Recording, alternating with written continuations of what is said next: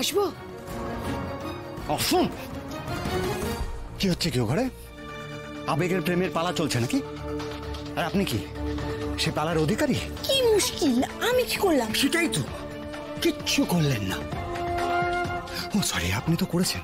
সুন্দর করে ওই হারটা নিয়ে, সোনার হারটা ড্রয়ারের মধ্যে ঢুকিয়ে রেখে দিয়েছেন। আমি তো প্ল্যান করে দিয়েছিলাম, সেই অনুযায়ী কিচ্ছু করলেন না। আপনি তো এখান থেকে সব দেখলেন, তারপরেও সবকিছু দোষের ভাগী আমায় করছেন। আমি তো এলাম আপনার সাথে কথা বলার জন্য। এবার কি করব বলুন? ওদের তো এবার মেয়ে দিতে হবে। মামদোবাজি নাকি? মেয়ে দিতে হবে? মেয়ে দিতে হলে হারটা আমাকে দিন আগে। দিন।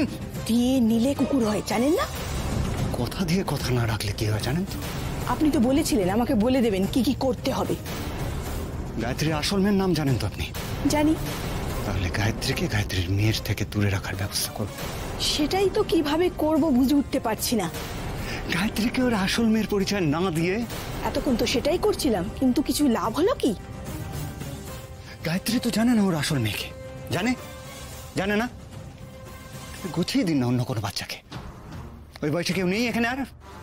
আছে, কিন্তু নকল মেয়ে দিয়ে দেবো? হ্যাঁ দেবেন, দেবেন। ওই নকল মেয়েকে নিজের আসল মেয়ে ভেবে আদর যত্ন দিয়ে বড় করবে গায়ত্রী।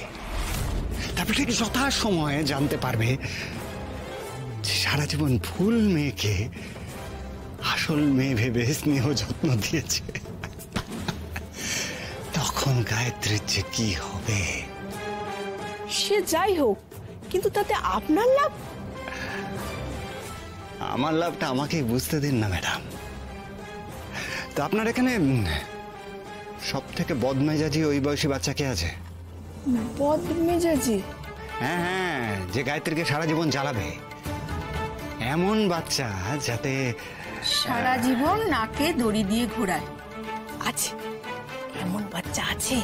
বাহ বাহ।